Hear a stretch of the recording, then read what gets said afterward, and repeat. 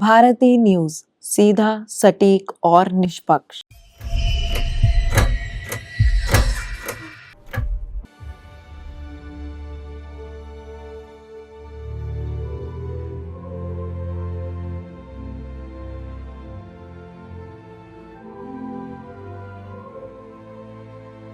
नमस्कार, मैं हूँ रिया चोपड़ा। स्वागत है आपका स्वाभिमान के इस नए एपिसोड में।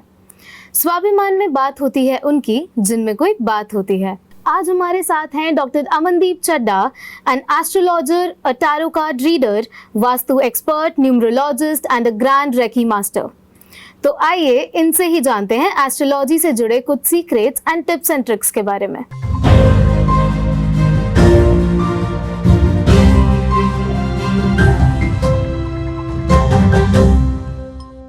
So, how did you develop your interest in astrology, numerology and tarot reading? सबसे पहले तो आत्मनमन आप सभी का। और आपका क्वेश्चन आया है कि इंटरेस्ट कैसे, how I built my interest. So सभी को मैं बताना चाहूँगी कि हम लोग जो हैं एस्ट्रोलॉजी और न्यूमरोलॉजी में आजकल हम देख रहे हैं कि बहुत ज़्यादा लोग उस पर फोकस कर रहे हैं। But from my childhood I was like inclined with these energies. मैं बहुत ज़्यादा एक्साइटेड रहती थी कुछ भी चीज़ की रिसर्च करने में कि ऐसा हुआ तो ऐसा क्यों हुआ, ऐसा हो रहा है तो ऐसा क्यों हो रहा है। कॉन्स्टेलेशन जो होते हैं ऊपर जो खगोल में जो भी हमारी चीज़ें होती हैं, कुछ हैपनिंग्स, लूनर एक्लिप्स लगा, सोलर एक्लिप्स लगा, तो ये क्यों होता है, इसका क्या हम पे इम्पैक्ट पड़ता है। तो ऐसी काफ़ी सारी चीज़ों ने मुझे इस तरफ आने के लिए प्रेरित किया।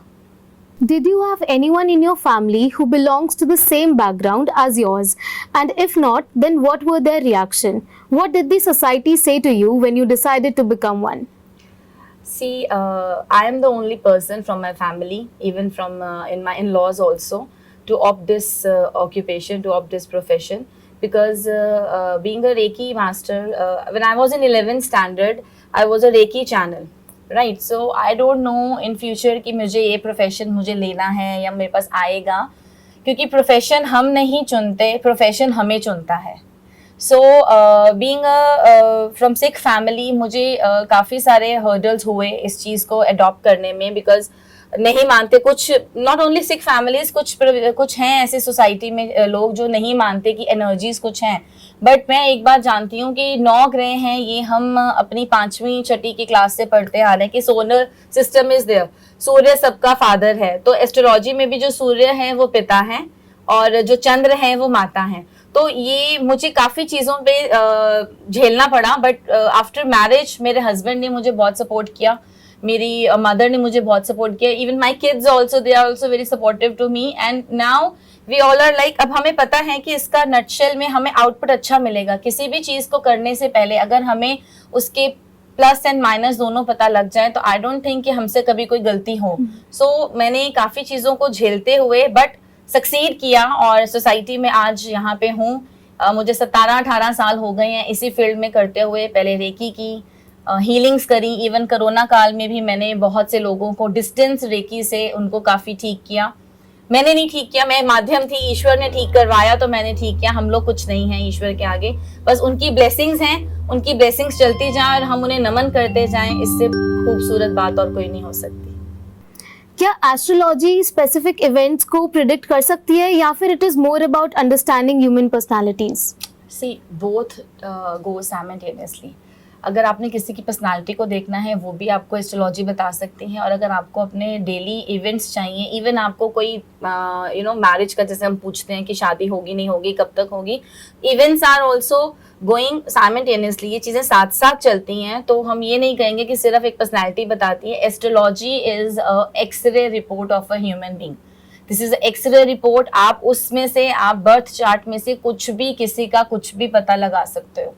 सो ये एक साइंस है, ये एक मन घड़त कुछ चीज़ नहीं है। हम एंशिएंट पीरियड से ये चीज़ों को देखते आ रहे हैं, बस ये इस साइंस को समझना है, इसके अंदर कैसे कैसे कैलकुलेशंस हैं उनको समझना है, और उसके बाद जो है आप एस्ट्रोलॉजी इवन सीख भी सकते हो।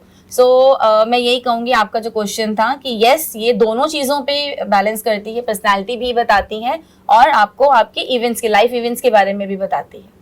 आप अपनी डेली लाइफ में एस्ट्रोलॉजी का कैसे यूज करते हो? मतलब ये आपके दिन भर के काम या डिसीजन मेकिंग में क्या रोल प्ले करती है? दिन भर के काम और डिसीजन मेकिंग में मैंने आपको बताया कि यूनिवर्स में हम रहते हैं और यूनिवर्स में सबसे पहला तो हमें हमेशा ग्रैटिट्यूड लेना चाहिए कि आपका ईश्वर धन्यवाद है, आप हम इस दुनिया में आपने हमें भेजा और आज का दिन हम जी रहे हैं। यहाँ पे एस्ट्रोलॉजी को मैं कैसे कनेक्ट करूँगी, जैसे कि सब उठते हैं, चढ़ते सूरज को सब बोलते हैं सलाम होता है, तो सूर्य नमन करना again it's a part of an astrology. आपकी डेली रूटीन को भी वो अच्छा करेगा। साइंटिफिकली भी अगर हम राइजिंग सन को देखते हैं, उसकी रेज हमारे चक्रास के लिए भी अच्छी हैं। सो एस्ट्रोलॉजी जो है डेली रूटीन में भी हम काम करते हैं उस पर। और लाइक अब सपोज करो for example I have so many queries कि मैम मुझे इंटरव्यू पे जाना है, तो आज मेरा इंटरव्यू कैसा रहेगा। तो जो कैसा रहेगा वाला सिस्टम होता है, आधा तो देखो उसके अंदर इंसान का अपना कॉन्शियस होता है, उसकी अपनी मेहनत होती है। आधा हम उसको ये गाइड करते हैं कि आपकी ब्लेसिंग्स और आपका वे आपको कौन सा चुनना है, इस सेंस में कि आप जिस काम के लिए जा रहे हैं उसमें आपको सक्सेस मिले। सो इन दिस वे कुछ टेक्निक्स होती हैं जिससे हम हेल्प कर सकते हैं डेली रूटीन में कि कोई कैसे अपने डेली रूटीन में एस्ट्रोलॉजी फॉलो करके गलतियां करने से बचे और जो काम कर रहा है उसमें फतेह प्राप्त करे। आइए रुकते हैं एक छोटे से ब्रेक के लिए और ब्रेक के उस पार जानेंगे टैरो कार्ड रीडिंग और रेकी के बारे में। बस अभी 12th खत्म हुई थी और अब आधे से ज्यादा टाइम ये सोचकर निकाल देते हो कि which career to choose. Well in that case I got you covered. ये वीडियो एंड तक देखना, क्या पता I will just make up your mind. You must have thought of कोई बस ऐसा कोर्स मिल जाए जहाँ अनलिमिटेड जॉब ऑप्शन हो, क्योंकि मैं भी यही सोचती थी। जैसे कि journalist, news anchor, radio jockey, screen writer, video editor, event manager, graphic designer, सिनेमैट, photographer, director, public relation officer, entrepreneur. In fact इन सबसे भी ज्यादा जॉब ऑप्शंस चाहिए। तो just choose BAJMC as your career. BAJMC is not just about theory but plenty of practical knowledge too. BAJMC as a course आपको provide करता है world की better understanding, meeting और working with people of top notch industry। और सिर्फ यही नहीं, BAJMC as a course आपको help करता है to grow personally and professionally too. So what are you waiting for? Choose BAJMC क्योंकि इधर आपको मिलेंगी endless possibilities. Now, if I talk about tarot cards, can you please explain the general structure of a tarot deck? या tarot cards आजकल आप देख रहे हो इंस्टा पे और फेसबुक पे टैरो कार्ड्स बहुत ज़्यादा फेमस हो गए। इवन टैरो रीडर, हर कोई टैरो रीडर बनना चाहता है। So tarot card is again second modality और one of modality from occult science. And tarot card में ये होता है आपको इंस्टेंट, जैसे हमें इंस्टेंट रिजल्ट चाहिए। सो टैरो इज ऑल्सो लाइक आप अगर कोई क्वेश्चन पूछ रहे हो और अभी हमारे पास कुंडली खोलने का टाइम नहीं है, so tarot will give you the exact answer. आपकी वाइब को चेक करता है, आपके ऑरा को चेक करके आपको इंस्टेंट आंसर देता है। सो इसमें जो टैरो में अगर मैं थोड़ा सा इंट्रोडक्शन दूं तो टैरो में जो है हम टैरोस को दो पार्ट्स में डिवाइड कर देते हैं। One is major arcanas and other one is minor arcanas, right. Major arcanas जो होते हैं वो हमारे लाइफ के मेजर इवेंट्स के बारे में हमें प्रेडिक्शन देता है, हमें गाइड करता है। और माइनर आर्कानास जैसे कि डेली रूटीन जो है, अब मैंने जाना है तो मैं आज का दिन मेरा कैसा रहेगा, please universe guide me. So when you know take a card from your deck, तो वो आपको गाइड करेगा कि आज आपका ऐसा ऐसा हो सकता है, बी केयरफुल, और आज आपको ऐसे यहाँ अप्रिसिएशन मिलेगा, सो B cheerful. So in this way tarot also helps, it gives the instant answer, instant. If a person picks a random card, then how is it possible that it will predict your future? See, as I told you earlier, कि tarot card always absorb your aura, right? Whatever question the native is asking from us, we just said कि please speak out your question, ठीक है, right? And then when he speaks, we pray to tarot cards, we thank to tarot cards कि please give us a universal guide. Okay, and then we pull out the card from the deck. Definitely that particular card works for the native only because उसने वो question उस time पूछा और कोई नहीं था वहाँ पे। टैरो कार्ड रीडर के साथ वही एक जो भी पर्सन था उसने मुझसे क्वेश्चन पूछा और मैंने उसका कार्ड निकाला, उसकी वाइब टैरो ने ली और उसने उसको यूनिवर्स ने उसको आंसर दिया। So in this way tarot works. Now talking about Reiki, what is Reiki healing and how does it work? Reiki के बारे में मैं क्या बताऊँ, रेकी के बारे में जितना बोलूँ उतना कम है, because I have started my journey from reiki only. Reiki एक ऐसा हीलिंग पावर है, हम सब ने देखा होगा, जितने भी डिटीज़ हैं वो सब हमें इस तरह से आशीर्वाद देते हैं, मतलब लाइक उनका जो हाथ है वो इस तरह से होता है। तो यहाँ से हमारे कुछ एनर्जीज आती हैं, कुछ वाइब्स आती हैं जिससे कि हम लोगों को हील करते हैं। तो ये सब चक्रास, ये सब चीजें हम सबके अंदर हैं, हम सब ह्यूमन बीइंग को ईश्वर ने ये दात बख्शी है, बट हमें इसके साथ अट्यून होना पड़ता है। हमें इसमें अब practice makes a man perfect वाली बात आ जाएगी। जितना आप इसमें प्रैक्टिस करोगे, जितना आप सरेंडर करोगे यूनिवर्स को, उतना आपको चीज़ें आएंगी। तो रेकी जो है एक बहुत ही खूबसूरत एहसास है जिसे अक्षर में बयान नहीं कर सकते। सिर्फ जो रेकी करता है वही जानता है इसकी खूबसूरती। ये ऐसा अमृत है कि जिसके मुंह लग गया वो उसे छोड़ेगा नहीं। So this is reiki. Are there any side effects of Reiki? No, not at all. No, not at all. But we just say कि थोड़ा सा हमें precautions लेने पड़ते हैं। Like अगर आप किसी को ट्रीट कर रहे हो, है ना, किसी का मेजर इशू है, उसको ट्रीट कर रहे हो, so before going to his or her aura, you have to आपको खुद को जो है अपने आप को सिक्योर करना पड़ता है।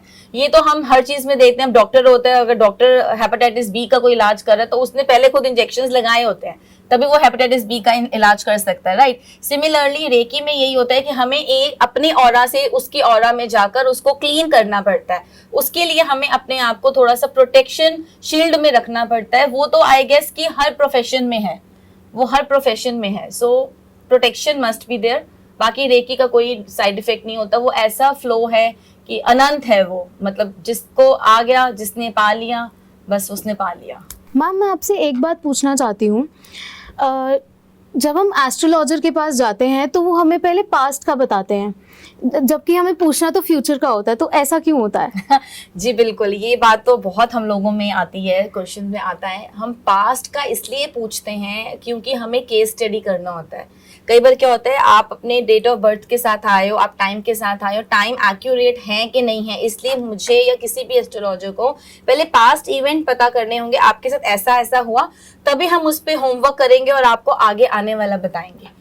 So this works like this only. अब हम स्कूल में जाते हैं एग्जाम करने तो पहले होमवर्क करते हैं ना, पिछला चैप्टर भी लर्न करते हैं, रिवाइज करते हैं। सिमिलरली हम पास्ट आपका जो केसेस, आपके इवेंट्स को मैच करते हैं, पास्ट इवेंट्स को, ताकि हमें पता लगे कि जो आप आए हो इन्फॉर्मेशन के साथ वो आपकी एक्यूरेट है। स्वाभिमान देख रहे व्यूअर्स को जो इस लाइन में परस्यू करना चाहते हैं, उनको आप क्या गाइडेंस देंगे? जी बिल्कुल, गाइडेंस तो हम देंगे, क्योंकि हम भी चाहते हैं हमारे फील्ड में बहुत सारे बच्चे जुड़ें। क्योंकि इस फील्ड में इसका एक थोड़ा सा ड्रॉबैक ये है कि जिस चीज़ की हमें जांच नहीं होती ना, तो दूसरे इंसान को लोग बहुत जल्दी बेवकूफ़ बना देता है। बट मैं ये कहूँगी कि मैं चाहती हूँ पर्सनली कि हर फैमिली में या तो एक टैरो कार्ड बन जाए, ठीक है, एक टैरो कार्ड रीडर बन जाए, या एक रेकी मास्टर्स बन जाए, ताकि आपको कहीं और जाने की ज़रूरत ही ना हो। एक पर्टिकुलर मेंबर आपकी फैमिली का आपके घर में ऐसा हो जो आपको सही से गाइड कर सके। सो मैं यही कहूँगी कि आप लोग सब इसमें अपनी जिज्ञासा बढ़ाएं, क्योंकि कई बार क्या होता है, हमने बहुत देखा है कि कुछ बच्चे सारा उम्र पढ़ाई तो किसी और फील्ड की करते हैं। सपोज करो उसने पढ़ाई करी सीए बनने की, ठीक है, एक लड़की मेरे पास केस आया था, ये उसने बहुत अच्छे से सब किया, बट उसका एक दो बार में अटेम्प्ट नहीं हुआ, and now she is running her own boutique. वो इतना अच्छा फैशन डिजाइनिंग में काम कर रही है कि क्या बताऊं। अब यही बात होगी ना, यही उसने पहले ही फैशन डिजाइनिंग में किया होता तो अभी वो अपनी टॉवरिंग हाइट्स पे और होती। दो अभी भी वो है, क्योंकि वो गाइडेंस लेती है, उस हिसाब से चलती है, बट वो जो टाइम उसका निकला या उसका सीए अटेम्प्ट ना होने पे जो दिल टूटा, उन चीजों से, उन इमोशनल ब्रेकडाउन से हम बच जाते हैं। इसका सबसे बड़ा इस विद्या का ये फायदा है। थैंक यू डॉक्टर अमन, आपका हमारे शो पे आने के लिए, एंड थैंक यू हमारे व्यूअर्स का जो स्वाभिमान को इतना प्यार देते हैं। अभी के लिए मैं आपसे अलविदा लेती हूँ, फिर मिलेंगे स्वाभिमान के एक नए एपिसोड में। तब तक के लिए लाइक, कमेंट और शेयर करना ना भूलें।